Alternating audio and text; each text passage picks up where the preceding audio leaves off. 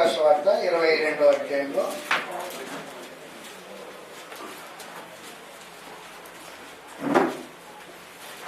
వేరే అంశం ఇది.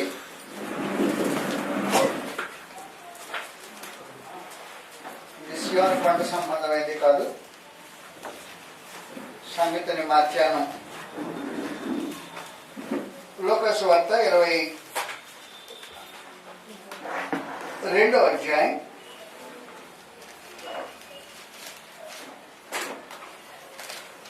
35వ వచనంలో సమాచారం రాబడి ఉంది. మరియు ఆయన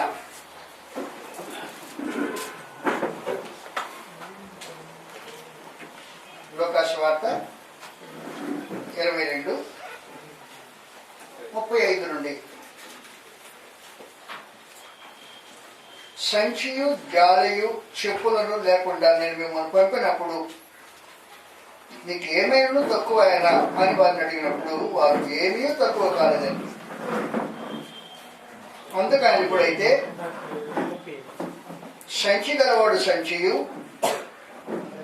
జాలయు తీసుకొని పోవలను, కత్తి లేని వాడు తన బట్టనల్ని కత్తి కొనుక్కొనవలను. ఆయన అక్రమకారులో ఒకటిగా ఎంచబడును అని రాయబడిన మాట నాయందు నెరవేరవలసినది. ఎవరైనా నన్ను కూర్చున్న సంగతి సమాప్తమవుతున్నదని మీతో చెప్పుచున్నాను అనను. ప్రభువా, ఇదిగో ఇక్కడ 2 కత్తులున్నవి అనగా చాలునని ఆయన వారితో చెప్పాను.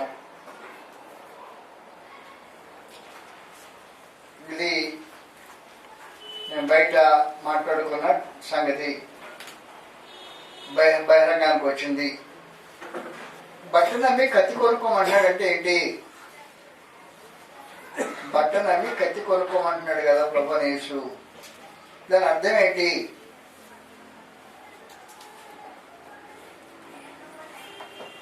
బట్ట కంటే ప్రాముఖ్యమైనది కత్తి అన్నాడు.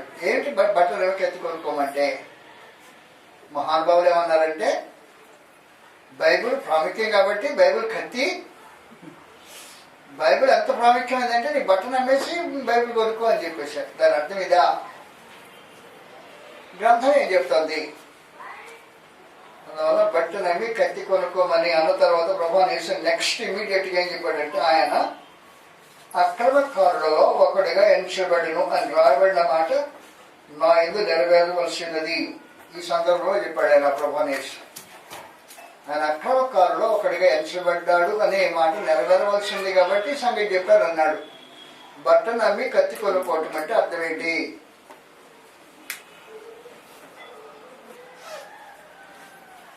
మీరు ఎవరైనా మీ బట్ట అమ్మేసి బైబిల్ కొన్నారా? ఈ మాట చూసి వాస్తవానికి ప్రభువైన యేసు అక్రమకారులు ఒకరిగా ఎంచబడను అనే ఈ సందర్భం దాన్ని సూచిస్తుంది. వాస్తవానికి ఆయన అక్రమకారులు ఒకరిగా ఎంచబడ్డాడు అంటే ప్రభువైన యేసు అక్రమకారుడు కాకుండా అక్రమకారుడిగా శ్రమపడవలసి వచ్చిన సంగతుల గురించి ప్రస్తావించాడు. ఈ సందర్భంలో చెప్పబడిన మాట అది. మనకి నిజంగా ఇది అర్థం కావాలంటే వేరే సందర్భం వచ్చి చూడాల్సిన అవసరం ఉంటుంది. మీ అందరికీ తెలిసిన అపోస్తల కార్యక్రమం 16వ అధ్యాయంలో ఒక వింతైన కార్యం జరిగింది. అపోస్తల కార్యక్రమం 16వ అధ్యాయం. తెలియని వాళ్ళు ఎవరు ఉంటారు? దాదాపుగా ఎవరికి తెలియని వాళ్ళు ఉండరు మనలో.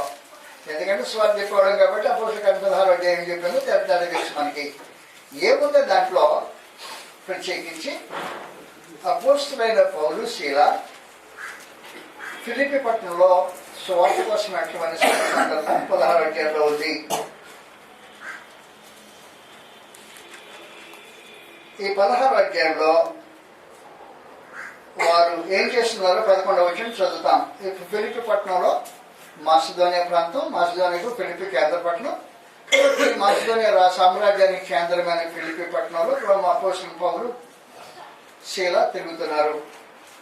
11వ వచనం దాంతో పాటు లోక కూడా వాళ్ళతో పాటు కలిసి ఉన్నాడు.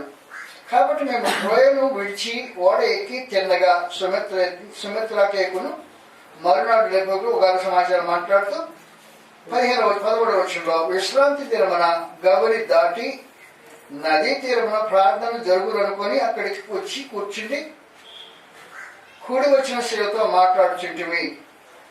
అప్పుడు హృదయం దైవభక్తి కలిగిన స్త్రీ వినిచుండేను. ఒక సంగతికి మనం మాట్లాడాల్సిన అవసరం లేదు. హృదయ సువార్త విన్నది, వాస్తవానికి అపోస్తుల సువార్త విడబడింది, అపోస్తులు తమ ఇంట్లో చేర్చుకుంది. హృదయ ఇంట్లో నుండి అపోస్తులు రోడ్డును అటు ఇటు తిరుగుతూ ఉన్నారు. ఆ ఊళ్ళో జరిగిన ఒక వింతైన సమాచారం ఏమంటే, పుతోను అనే ఒక దయ్యం పట్టిన అమ్మాయి యజమానికి సోది చెబుతూ లాభం సంపాదించుకుంటుంది. బిజినెస్ జరుగుతుంది బాగా. ఆ బిజినెస్ జరుగుతూ ఉంటే ఈ సోది చెప్పే అమ్మాయి సోది చెప్పి యజమానికి బాగా లాభం సంపాదించే పరిస్థితుల్లో రోజు వీళ్ళు దేవుని పరిచారకులు మీకు స్వార్థ చెప్తానికి వస్తున్నారు. నీ మాట విని విని విసిగిపోయి ఉపవాసం పోలేమన్నాడంటే దయ్యాన్ని గద్దించాడు. నువ్వు వీటి ఈమెను వదిలిపోమని చెప్పేశాడు. వదిలిపోమని చెప్పంగానే ఏం జరిగింది? దయ్యము ఆమెలో నుంచి వదిలిపోయింది. వదిలిపోతే ఏం జరిగింది? వ్యాపారం పడిపోయింది. వ్యాపారం పడిపోయింది కాబట్టి యజమానికి నష్టం కలిగింది. దీన్ని చూసిన ఆ యజమానులు ఏం చేశారంటే నేరం మోపారు.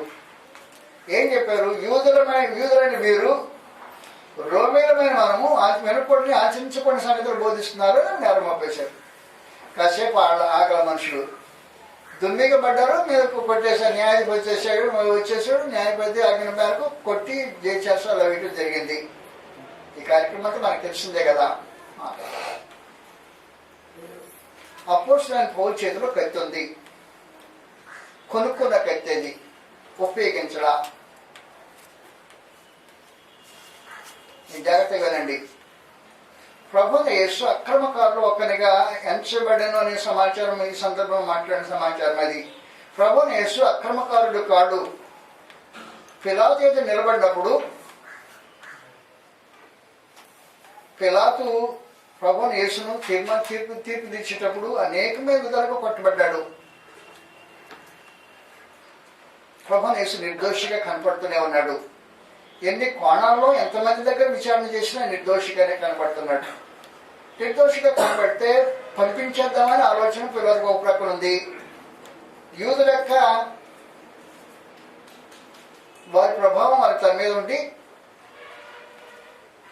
ఆయన్ని పంపడానికి వీళ్ళు ఇష్టపడకుండా నిలబెడుతున్నాడు. కాబట్టి ఏం జరుగుతుందంటే పిలాతు రెండు వాటి మధ్యలో కొట్టబడుతున్నాడు. ఈ నిర్దోషి అనేది నిర్ధారణ చేసుకున్నాడు. నిర్దోషిని విడుదల చేసి హక్కు కలిగిన వాడు అన్నాడు. అప్పుడు చెప్పాడు, నేను సిలువేయడానికి నాకు అధికారం ఉంది, విడుదల చేయడానికి అధికారం ఉంది నాకు అనేటప్పుడు ప్రభావం వేశాడు ఒకటే మాట, నీ పై నుంచి అనుకరించబడిపోతే నా మీద నీకేం అధికారం తెలిసాడు మాట. ఏంటైనా అధికారంలో పొందంటే నీకైనా అధికారం పోయా, పై నుంచి నీకు అనుకరించబడితే నాకు అధికారం, నీకు అధికారం లేదని. కనీసం నాతో మాట్లాడవా, నాతో మంచిగా ఉండవా? ప్రభావం వేస్తూ మాట్లాడటానికి పిలాతు ప్రయత్నం చేసిన ప్రభావం వేస్తూ సావధానంగా మాట్లాడాల. అవసరమైనప్పుడు మౌనం వహించాడు. ఎందుకంటే అక్రమకారులు ఒకరికి ఎంచబడ్డను అని ఆయన కూర్చొని రాయబడిన లేఖను నిలబెట్టడానికి కార్యక్రమం ఇలా జరిగిపోయింది. ఆయన వాస్తవానికి నిర్దోషి, నిష్కల్మషుడు, విడుదల చేయబడటానికి యోగ్యుడే. కానీ విడుదల చేయబడకుండా ప్రభువుని యేసు అక్రమకారులు ఒకటిగా తీర్చబడి సిలువేయబడటం అని ఒక ప్రత్యేకమైన కార్యక్రమం ఉంది. ప్రభువుని యేసు కత్తి కలిగిన వారే. ఆ మాట మీకు అర్థం కాదా? ఇప్పుడు పౌలు శీలుడు కత్తి కలిగిన వారే, ఉపయోగించలా. వాస్తవం ఏం జరిగిందంటే యూదులైన వీరు రోమీలమైన మనము చేయకుండా ఆచారం ప్రకటిస్తున్నాడు అనేటప్పటికీ జనం మీద దుమ్మిగా వచ్చేసారు. న్యాయాధిపతి వచ్చేసాడు, కొట్టించాడు. కొట్టే మేము మాత్రం రోమీలు కాదు అన్నాడు అనుకో, కత్తి తీసాడు అనుకో, అప్పుడు ఏమైపోతుంది? ఎక్కడో అక్కడ సబ్సైడ్ అయిపోతారు. వీళ్ళు కూడా రోమీలు అన్నమాట, మీద నేల మోపకూడదు అన్నమాట. కత్తి తీలా బయటికి యూదులైన వీరు రోమీలమైన మనము అన్నాడు. అచ్చమైన రోమీడు పౌలు శీలు ఇద్దరు రోమీలే. కాబట్టి ఈ రోమీలమైన మమ్మను మేమంతా రోమీలు కదా అంటే ఏం జరుగుతుంది అన్నమాట? మేము కూడా రోమీలం కదా అంటే ఏం జరుగుద్ది? ఏం జరగదు. వదిలిపి నోరు మీద ఎక్కడో అక్కడ చేతులు సలబడిపోయి వాయిస్లు డౌన్ అయిపోయి మెదకు దొరికినవాడు. కానీ కత్తి తీయకుండా ఆ దెబ్బలు తిన్నాడు. దెబ్బలు తిని చెరసాలలో వేయబడి చెరసలో జరిగిన సంగతి మనకు తెలుసు. రాత్రిలో పాట పాడుతూ ప్రార్థన చేస్తూ వగైరా కార్యక్రమాలు కలిగించాడు. విచిత్రమైన భూకంపం, మామూలు భూకంపం కదా అది. దాని మీద పెద్ద ప్రభావం జైలు మీద. జైలులో పెద్ద సంఖ్యలు ఊడిపోయాయంట, తలుపులు తెలుసుకున్నాయంట. సంఖ్యలు ఊడిపోయి తలుపులు తెలుసుకున్న మనుషులు ఏం పారిపోవాలా. మనందరికీ తెలిసినట్టు మనిషి ఒకళ్ళు ఎవరైనా పారిపోతే రేపు విడిదిరిగి పబ్లిక్లో అవమానకరంగా చచ్చిపోయేందుకు నేనే ఆత్మహత్య చేసుకుంటానని మనిషి పొడుచుకోపోతే చెప్పాడు. మేము దొంగలు కాదు పారిపోవడానికి, ఎందుకు నువ్వు ఆహ్వానం చేసుకోవద్దని చెప్పి. మేము దొంగలైతే కాదు పారిపోవడానికి, కత్తి కలిగిన వారం దొంగలం కాదు, పారిపోయే పరిస్థితి కాదు, ఇది తప్పించుకోవడానికి ఆలోచన చేశాను. అప్పుడు జరిగిన సమాచారం తెలుసు. ప్రధాన జైలు అధికారికి కలిగిన మార్పు, వాళ్ళ ఇంట్లోకి వెళ్ళి ప్రకటించిన సువార్త, అతను బాప్తిస్మం పొందిన కార్యక్రమం. తెల్లారి రిపోర్ట్ ఏం జరిగిందంటే జైలు అధికారికి మంచి వర్తమానం. నా సహోదరుని నేను లోపల పెట్టి భయంకరంగా కొట్టాను కదా, వీరికి విడుదల చేయడానికి కూడా దగ్గర అధికారం లేదని ఫీల్ అవుతున్నావు అంటే మనిషికి బయట నుంచి అధికారం పంపించేశానంట. న్యాయాధిపతులను పంపించేసేయండి అని పొద్దున్నే పంపించేయమంట. అప్పుడు తీసాడు కత్తి బయటికి. ఏంటి రోమేలు మమ్మల్ని విచారించకుండా కొట్టి ఈ రోజున మమ్మల్ని పంపిస్తారా? అటు కుదరదు, ఆనరమ్మని ఇక్కడికి అనేసాడు. వచ్చేటప్పటికి న్యాయాధిపతులు వణుకుంటూ వచ్చేసాడు. మీరు రోమేలు అంత చేశాం, దయచేసి రోడ్డు లేకపోతే మా ప్రాణాలకు వచ్చేసింది ఏర్పడకూడవా. అందువల్ల వాస్తవమైన సంగతి ఏమంటే అక్రమకారులో ప్రభువుని యేసు అక్రమకారులో ఎంచబడటానికి ఆయన నిర్దోషి ఒక దోషిగా శ్రమ అనుభవించాడు. అపోస్తలుడు పౌలుశీలుడు నిర్దోషులు ఒక దోషులుగా శ్రమ అనుభవించారు. వాస్తవానికి ప్రభువుని యేసు చెప్పిన సమాచారం అది. మీరు ఎవడైనా దోషిగా శ్రమ అనుభవించకూడదు. నిర్దోషిగా శ్రమ అనుభవించడం న్యాయమైన సంగతి. ఆ కత్తి కొనుక్కోండి అన్నాడు ప్రభువుని యేసు. నేను హైదరాబాద్లో వచ్చిన మీటింగ్లో మాట్లాడితే మీటింగ్కి ఒక రాష్ట్ర ప్రెసిడెంట్, ఒక సెక్రటరీ, ఒక ట్రెషరరు, సెక్రటరీ, వైస్ ప్రెసిడెంట్ ముగ్గురు వచ్చారు. మీటింగ్ అయిపోయింది. అయిపోయినాక దగ్గరకు వచ్చి స్టేజ్ మీదకి ఎక్కారు. ప్రెసిడెంట్ పిలిచాడు. ఆయన ప్రెసిడెంట్ పిలిచామని చెప్పండి, నేను క్రైస్తవ హక్కుల పోరాట సమితి ప్రెసిడెంట్ని రాష్ట్రానికి. మీకు ఏదైనా ఇబ్బందులు కలిగితే క్రైస్తవులుగా నాకు చెప్పండి, నేను పోలీసులతో మాట్లాడి ప్రభుత్వంతో మాట్లాడి మీ హక్కులు తీరుస్తాను అని. క్రైస్తవులు ఆ హక్కుల కోసం పోరాడేవాళ్ళు కాదు అని ప్రభువు చెప్పాడు. క్రైస్తవుల హక్కుల కోసం పోరాడేవాళ్ళు కాదు. నేను నా హక్కు కోసం పోరాడిన వాడిని కాదు, అక్రమకారునికి ఎంచబడ్డాను. కాబట్టి మీరేం చేయాలంటే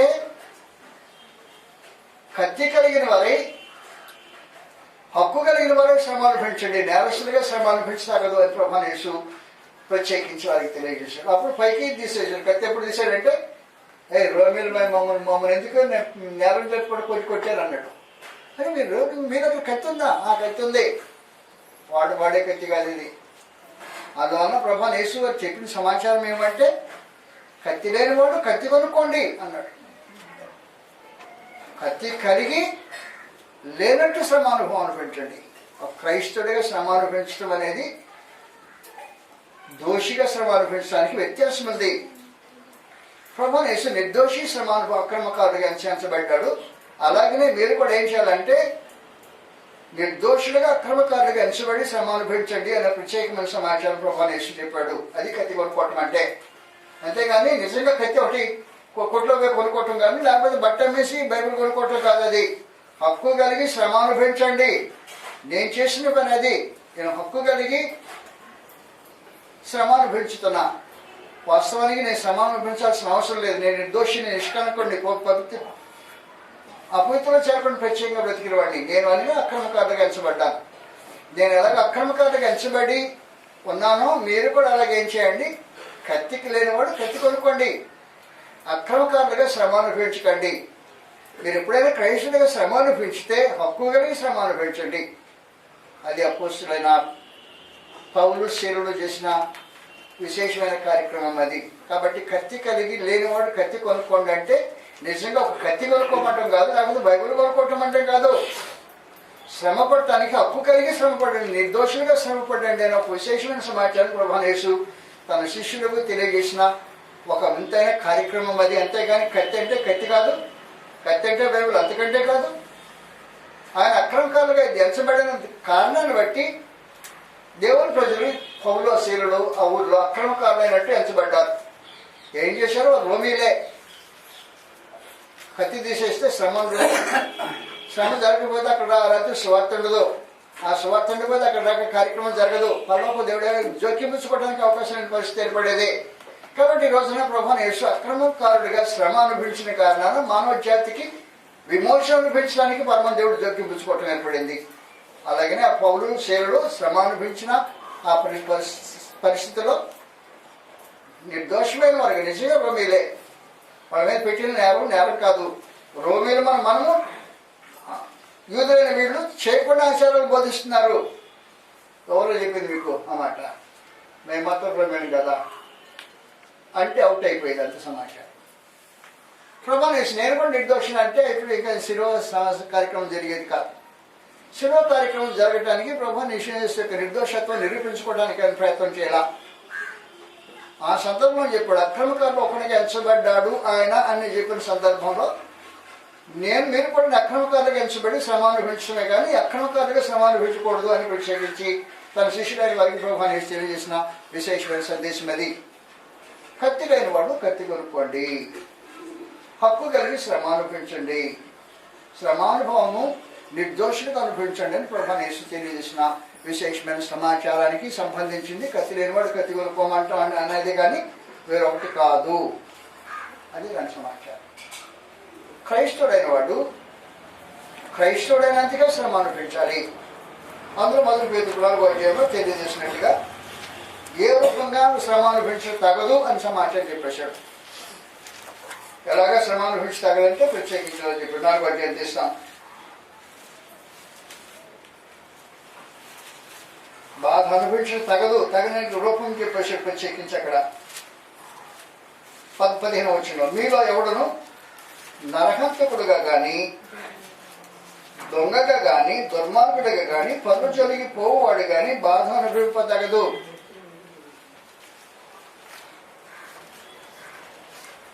కాబట్టి నిర్దోషిగా శ్రమను బాధ అనిపించాలి. క్రైస్తవుడైనందుకు నిర్దోషిగా బాధ అనిపించాలి.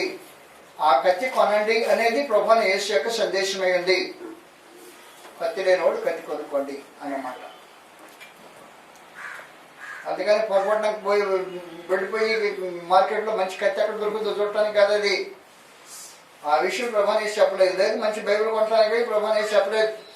ఆ కత్తుల గురించి మాట్లాడాలి, హక్కు గురించి మాట్లాడారు ప్రత్యేకించి.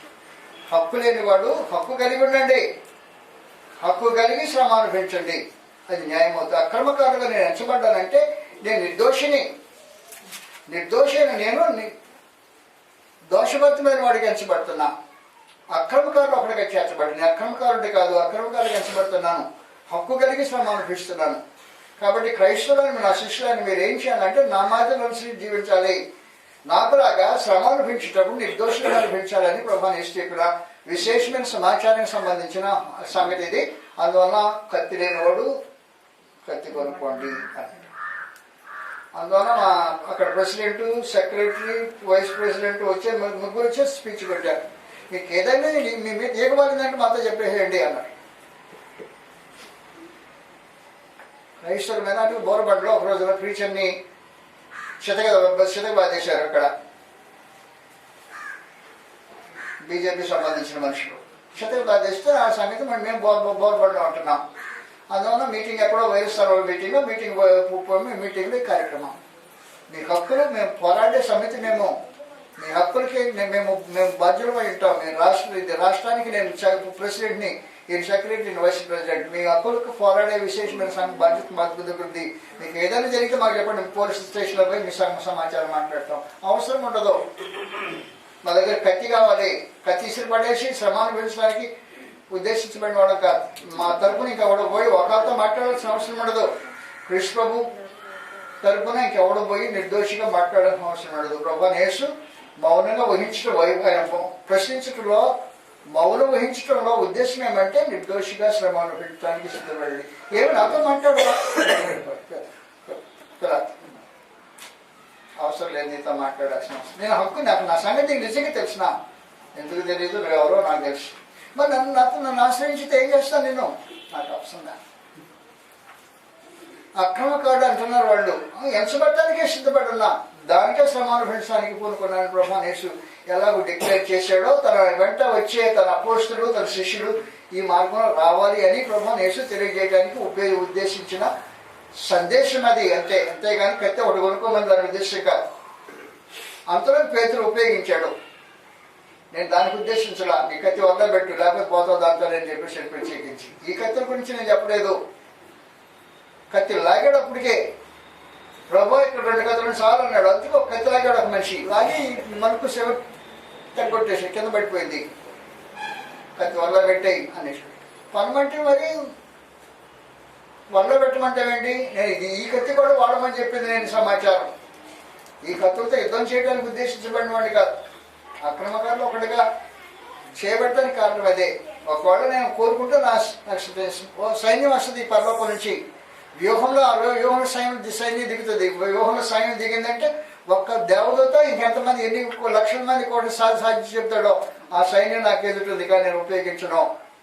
కత్తి కలిగిన వాడినే వాడను అని చెప్పాడు ప్రభు అనేసి. అందువల్ల కత్తి కలిగి జీవితం కొనసాగించడం క్రైస్తవుల యొక్క అవసరత ఉంది. కాబట్టి నేను ఎప్పుడు ఎవరైనా నీకు సహాయం చేస్తాను, క్రైస్తవులను బాధ అనిపించుకుని అడ్డుపడతానంటే అంగీకరించాల్సిన అవసరం లేదు. కత్తి లేకపోతే కత్తి కొట్టుకో, కత్తి తింటే చాలు ఉంచుకో, కానీ వాడొద్దు, తీసి నరకొద్దు. నరకడానికి ఉద్దేశించబడిన కత్తి కాదని ప్రత్యేక ప్రభావం తేటగా తెలియజేసిన కారణాన సమాచారం ఇది, దానికి వేరే సమాచారం ఏం లేదు. దానికి కనుక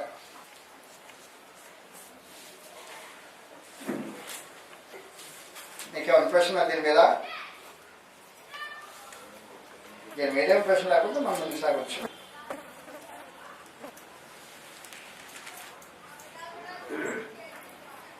ఆ తర్వాత అపోస్తలుని పౌలు తెలియజేశాడు. ముందెందుకు చెప్పలేదయ్యా మాకు ఈ సంగతి? ముందు చెప్పడానికి మా ప్రభు ఆజ్ఞ ఇవ్వలేదు, ఆజ్ఞ లేదు. నీ హక్కుల గురించి ఆయన ఈ సమాచారం మా హక్కులకు పోరాడాలని ప్రభు నీకు తెలియచేయాల. హక్కులు పోరాటంలో క్రైస్తవులు ఉండరు, అది విశేషమైన సంగతి. ఎక్కడైనా హక్కులు పోరాటం జరుగుతుంది అనుకో, నువ్వు ఏ డిపార్ట్మెంట్లో ఉన్నా హక్కులు పోరాటం జరిగితే హక్కుల పోరాటంలో క్రైస్తవులు ఉండరు అనేది విశేషించి ప్రతి క్రైస్తవుడు తెలుసుకోవాల్సిన విశేషమైన సమాచారం. హక్కుల పోరాటంలో క్రైస్తవులు ఉండరు. నిర్దోషులై శ్రమ అనుభవించుతారు. మొదటి శతాబ్దం క్రైస్తవ జీవితంలో విశేషమైన సమాచారం అది. నిర్దోషులై శ్రమ అనుభవించడం అనేది పరమదేవుడు క్రీస్తు ప్రభు ద్వారా మానవ జాతికి ఇచ్చిన సందేశం అది. నిర్దోషులుగా శ్రమ అనుభవించండి, దాని సంకల్పంలో భాగం.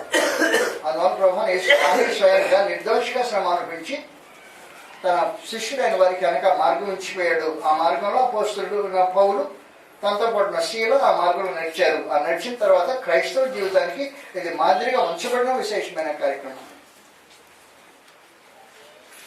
నాకు హక్కు ఉంది కదా, నీకు హక్కు ఉంది కరెక్టే, అయినా శ్రమ అనుభవించు. అది క్రైస్తవ జీవితానికి సంబంధించిన విశేషమైన సమాచారం. హక్కులు ఉన్నాయని హక్కులకు పోరాటాలు చేయొద్దు. హక్కులు పోరాడే సమితి కాదు ఇది. అందువల్ల అయిపోయినాక నేను చెప్పాను, ఆయన ప్రెసిడెంట్ గారు పెద్దోళ్ళందరూ ఇచ్చేది చాలా మంచిది, మేము మాత్రం హక్కుల కోసం పోరాడేవాళ్ళం కాదండి. ఎవడైనా తనితే తనించుకుంటాం. అపోస్తలుల కార్యక్రమం 5వ అధ్యాయంలో ఇది చూపించిన మాదిరి ప్రత్యేకించి అపోస్తలుల కార్యక్రమం 5వ అధ్యాయం. తనితో తనించుకుంటామయ్యా అని చెప్పేసి ఆయన నీకు అదే నేను చెప్పాను, మీకు మంచి కోరితే మంచి లేదంటాడు ఆయన. ఆయన మా మంచి కోరంటే మాకు మంచి లేదంట. మంచి కోరితే మంచి లేకపోవడానికి కారణం గ్రంథం ఇలా చెప్పింది. అలాగే 5వ అధ్యాయంలో అపోస్తలుల కార్యక్రమం 5వ అధ్యాయం 40వ వచనం నుండి వారు అతని మాటకి సంబంధించి అపోస్తలులను పిలిపించి కొట్టించి యేసు నామమును బట్టి బోధింపకూడదని ఆజ్ఞాపించి వారిని విడుదల చేసిరి. ఆ నామము కొరకు అవమానం పొందుటకు పాత్రలు ఎంచబడ్డందున వారు సంతోషించి మహాసభ ఎదుటికి వెళ్ళిరి. దేనికి వెళ్ళారు? ఎలాగెళ్ళారు? ఆ నామము నిమిత్తము ఏం పొందడానికి? అవమానం పొందడానికి పాత్రగా చెప్పా ఛాన్స్ దొరికింది అన్నాడు అంతే. ఆ నామం నిమిత్తం అవమానం పొందడానికి పాత్రగా నిలిచబడినందుకు అది హక్కు కలిగి శ్రమ అనుభవించడం అనమాట. కత్తి కలిగిన వారు కత్తి కలిగి అవమానం అనుభవించడం సమాచారం. ఆ నామం నిమిత్తం అవమానం పొందుటకు పాత్రలని ఎంచబడినందుగా సంతోషించారు. అది క్రైస్తవ జీవితానికి ప్రభువును యేసు తెలియజేసిన విశేషమైన సమాచారం. ఆ నామం నిమిత్తం అవమానం పొందడానికి పాత్రగా ఎంచబడడం అనే ఒక విశేషమైన సమాచారం ఉంది. ఎవరు సంతోషపడతారు దానికి? సంతోషించే దేనికి? ఏదైనా లాభం కలిగితే సంతోషించాలా, లేకపోతే ఏదైనా డబ్బు వస్తే సంతోషించాలి, లేకపోతే ఏదైనా లాటరీ తగిలితే సంతోషించాలి, లేకపోతే ఏదైనా పెద్ద ఉద్యోగం వస్తే సంతోషించాలి, లేకపోతే ఇంకేదైనా విశేషం దొరికితే సంతోషించాలి. అది లోపం. ప్రభువు యేసు యొక్క బోధ ప్రకారం సంతోషించే దేనికంటే చెప్పేశాడు. ఆయన నామం నిమిత్తం అవమానం పొందుటకు పాత్రలు ఎంచబడినందుకు ఎంత సంతోషం, ఎంత లాభం దొరికింది ఈ రోజున. ఏం దొరికిందా? ఆయన నామం నిమిత్తం అవమానపరచబడడానికి ఛాన్స్ దొరికింది. కత్తి కలిగి శ్రమ అనుభవించడానికి అవకాశం కలిగింది. హక్కు కలిగి అధికారం కలిగి నిర్దోషమైన శ్రమ పడటానికి అవకాశం దొరికింది. దేవుని స్తోత్రం అని చెప్పే ఒక విశేషమైన జీవిత అనుభవాలు దాంట్లో కనిపిస్తుంటాయి. ప్రభువు యేసు వారికి నేర్పించిన పాఠాలు అవి. ఆ పాఠాలు అనుసరించి నేర్చుకున్న వారు ఆ మార్గంలో కొనసాగించారు. మనకు కూడా ఆ పాఠాలు మిగిలిపోయాయి. ఆయన నామం నిమిత్తం అవమానం పొందడానికి పాత్రగా ఎంచబడి తన్నితే బాగా రే మాట్లాడు, దిగు మీద చెప్పి పేరు పెట్టి ఇప్పుడు మాట్లాడొద్దంటే తన్ని బయట పంపించారు చాలు. ఏమైందా తల్లి పంపించారు అందులో. ఆయన నామం బట్టి అవమానం పొందడానికి పాత్రలను ఎంచినందుకు సంతోషించారు. అది ప్రభువు యేసు తన శిష్యులకు తెలియజేసిన విశేషమైన పాఠం. ఆ పాఠం నేర్చుకున్న వారు నేర్పు పొందిన వారే దాన్ని ప్రదర్శించిన విశేషమైన జీవిత గాథలు గ్రంథాలలో రాయబడి ఉన్నాయి. అది సంగతి గ్రంథంలో రాయబడిన సమాచారం. ఇంకేం నాకు 5 నిమిషాలు ఉన్నాయి, ఇంకా 5 నిమిషాలు ఉన్నాయి ఈ టైంకి. మీకు ఏమైనా ప్రశ్నలు ఉన్నాయా?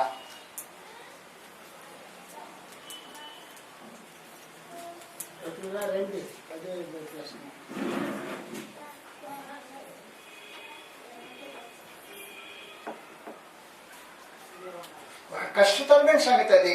హక్కు కలిగి హక్కును దాచిపెట్టుకోవడం కష్టం. హక్కుల కోసం పోరాటం శరీరం చేసే కార్యక్రమం. నాకు హక్కు లేదంటావా, నాకు దాంట్లో లేదంటావా, అది లేదంటే ఇలాంటి సహజమైన సంగతి. శ్రమ అనుభవించిన తర్వాత హక్కు కలిగి శ్రమ అనుభవించాను. ఆయన అయా న్యాయపతులారా రోమిడే తమిళ మీ చేత హక్కు లేక తమిళ యూదుడినై తను తినలే మీ చేత, రోమీడునై తను తిన్నాను. ఆ రోజే అప్పుడే నీకు కత్తి చూపించినట్టయితే సబ్సైడ్ అయిపోయింది పరిస్థితి అంతా. చూపించలా. నేను హక్కు కలిగిన వాడిని, రోమేయుడిని. ఆ మహాపట్నంలో పుట్టాను, తాసులో పుట్టిన వాడిని. కిలికీలోని తాసులో పుట్టిన ఆ ఊర్లో ఆ మహా గొప్ప పట్టణ పౌరుడు నేను. ఏమనుకుంటున్నావు? నేను జన్మతోనే రోమేయుడిని. అనేక మంది డబ్బు పెట్టి రోమా పౌరత్వం కోరుకునేవాడు. జన్మతో రోమిడైన వాడు పెద్ద మనగాడు అన్నమాట వాస్తవానికి. అలాంటి వాడు కూడా నేను రోమిడ్ అని చెప్పుకోకుండా దాచిపెట్టుకొని తన ఐడెంటిటీని దాచిపెట్టుకుని రోమి నేరస్థాపన చేయబడే యూదులైనట్టు శ్రమ అనుభవించాల్సిన అవసరం లేదు. ప్రభువు యేసు నిర్దోషి అయి నిర్దోషత్వాన్ని దాచిపెట్టుకుని నేరస్తులైనట్టు శ్రమ అనుభవించాల్సిన అవసరం లేదు. కానీ అలాగే అనిపించాడు. తన శిష్యులు అలాగే అనిపించాలని వాళ్ళ దేవుడు కోరినట్టుగా ప్రభువు యేసు ఒక బోధ మేరకు అపోస్తలులు ఆది కాలపు భక్తులు మొదటి శతాబ్దపు విశ్వాసులు ఈ మార్గాన్ని అనుసరించి నడిచారు. ఇది మార్గం. క్రైస్తవుడైనందుకు నిర్దోషిగా హక్కుల కోసం పోరాడకుండా శ్రమ అనుభవించడం దేవుని సంకల్పంలో భాగమైంది. హక్కుల కోసం పోరాటం అనేది క్రైస్తవ జీవితానికి సంబంధించింది కాదు. క్రీస్తు ప్రభు తన హక్కు కోసం పోరాడలేదు. అపోస్తలులు తమ హక్కు కోసం పోరాడలేదు. పౌరస్త్రీలు తమ హక్కు కోసం పోరాడలేదు. హక్కు కోసం కాకుండా శ్రమ అనుభవించితే వచ్చిన ఫలితం ఏంటంటే ప్రభువు యేసు నిర్దోషిగా శ్రమ అనుభవించి వచ్చిన ఫలితం మానవ జాతికి రక్షణ. పౌరస్త్రీలు నిర్దోషులుగా శ్రమ అనుభవించి వచ్చింది జేడింటి వారికి రక్షణ. లేకపోతే అక్కడ జరిగేది కాదు.